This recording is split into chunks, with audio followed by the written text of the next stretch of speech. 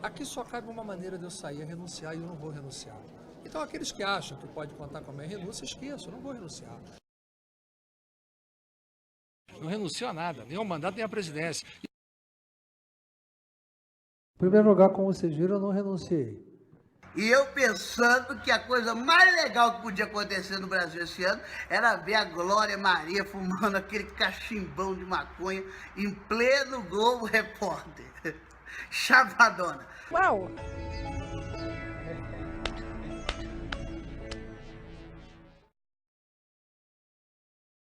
Somente a minha renúncia poderá pôr fim a essa instabilidade sem prazo. A Câmara Finalmente, o Eduardo Cunha caiu em contradição e renunciou à presidência da Câmara dos Deputados. Muita gente comemorou, inclusive eu, mas tem uma galera falando pra gente se conter, porque isso pode ser mais uma manobra dele. Será? Vamos conversar sobre isso hoje. Vem politizar comigo. Oi gente, tudo bem? Sejam muito bem-vindos a mais um Politizando, esse programa que é carinhosamente feito para você. E hoje eu trago aqui o Diário Regional, no jornal de Juiz de Fora, mais uma chance de emprego para mim, Deus comanda. E traz aqui, eu comprei, porque traz uma análise de um cientista político a respeito da renúncia do Eduardo Cunha, que é o assunto do programa de hoje. Assim, até uma matéria bem completa, muito bacana mesmo. Bom, na quinta-feira, então, o Eduardo Cunha, ele leu, né, a carta de renúncia à presidência da Câmara dos Deputados. Ele continua sendo um deputado normalmente, até que, a não ser que seu mandato seja cassado, que é o que nós estamos esperando. Bom, a respeito dos trechos da carta, a maioria das coisas que ele falou já eram assim esperadas, a respeito de perseguições da parte do PT, da PGR, que ele está pagando um preço muito alto por ter aprovado o processo de o processo de impeachment na Câmara, enfim.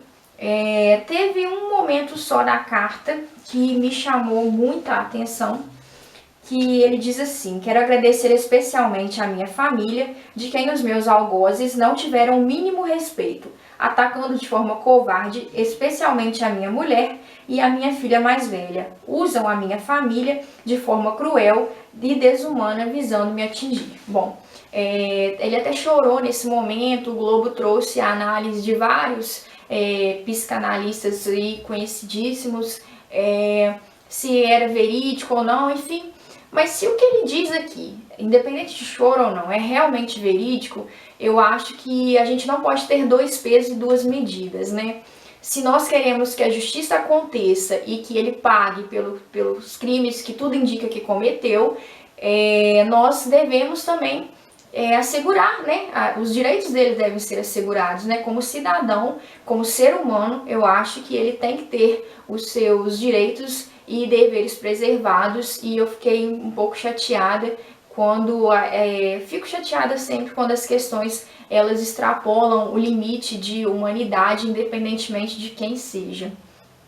Mas bom, houveram muitos questionamentos a respeito assim, de manobras e tal, o que é que muda, o que é que não muda. Bom, o Cunha, ele responde a duas ações dentro do STF. E essas ações, elas não serão julgadas mais pelo plenário, e sim pela segunda turma da corte, que é quem faz as análises aí no caso de deputados e afins. O plenário, ele só julga quando se trata de presidentes, né, da Câmara, presidente do Senado e presidente da República. Então, a segunda turma da corte do STF é quem vai agora julgar as ações envolvendo o Eduardo Cunha no STF, né, tá? O processo de cassação dele no Conselho de Ética e é independente dessas ações. Pois bem, na verdade, assim, ele só ganha tempo com isso, né? Eu penso que não vai mudar muita coisa.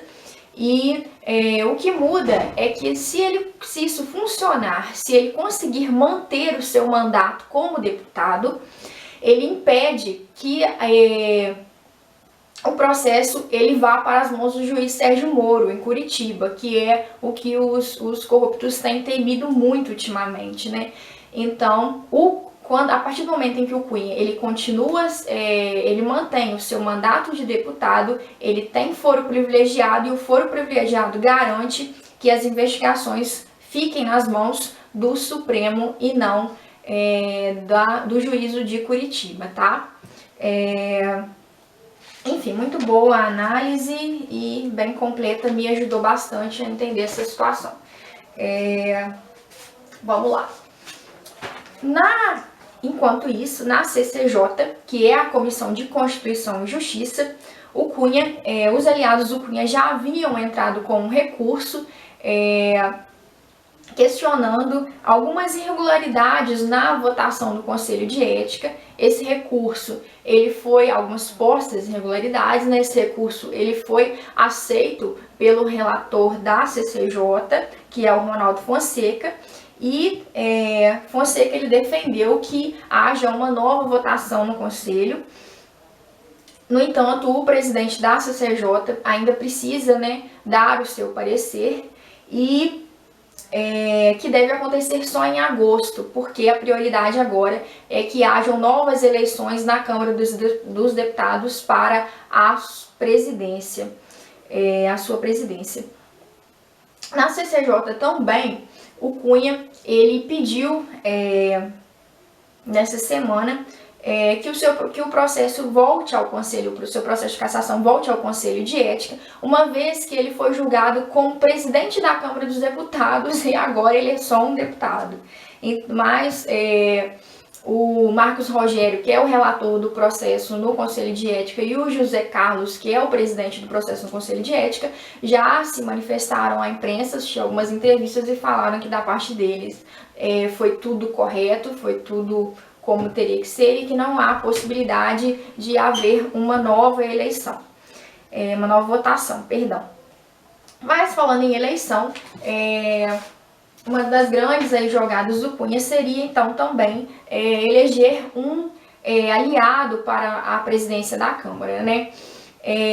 A eleição deve acontecer na terça-feira, há até uma briga aí dos deputados com o Valdir Maranhão, que é o presidente interino, né, o provisório, assim, da Câmara.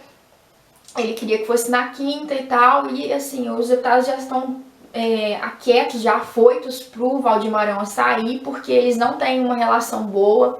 Ele é visto como um presidente inócuo dentro da Câmara dos Deputados, ele não tem autoridade, ele não tem realmente assim, uma relação salutar com os deputados.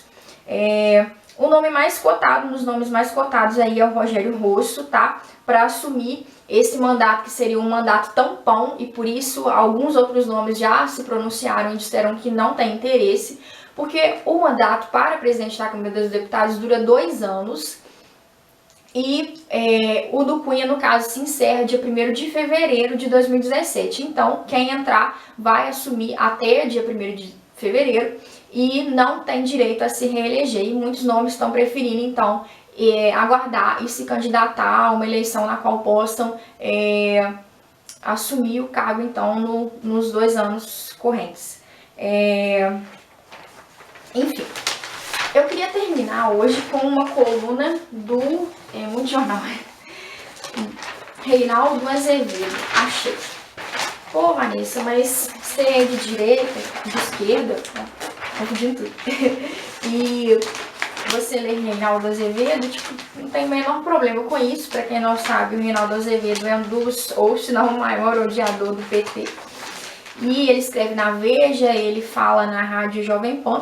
E eu não tenho nenhum problema, tá? Quando eu escuto e acho que ele tá falando merda, eu simplesmente paro de assistir, paro de ler. Não fico atacando ele. Todo mundo sabe que eu não sou a favor disso. E a coluna se chama Tchau, Querido.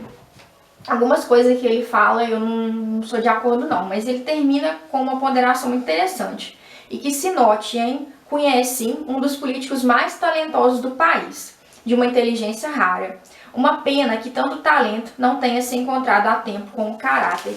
O Eduardo Cunha, Ele é um político muito poderoso, tá? Um grande articulador político, e no tempo dele de auge na presidência da Câmara, ele conseguiu ter uma bancada fiel de 150 deputados aliados dele, o que é maior do que a bancada de qualquer partido dentro da Câmara.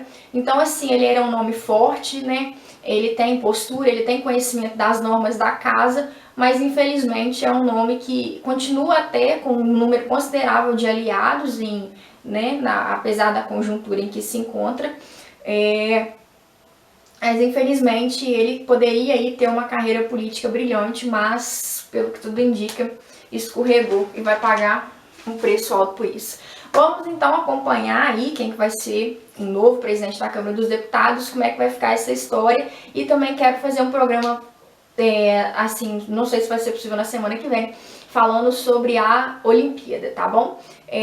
Vamos conversando até lá, então fique com Deus, um beijo e até mais.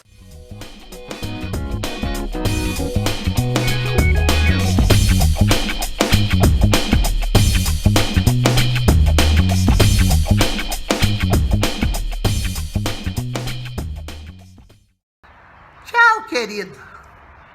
Tchau.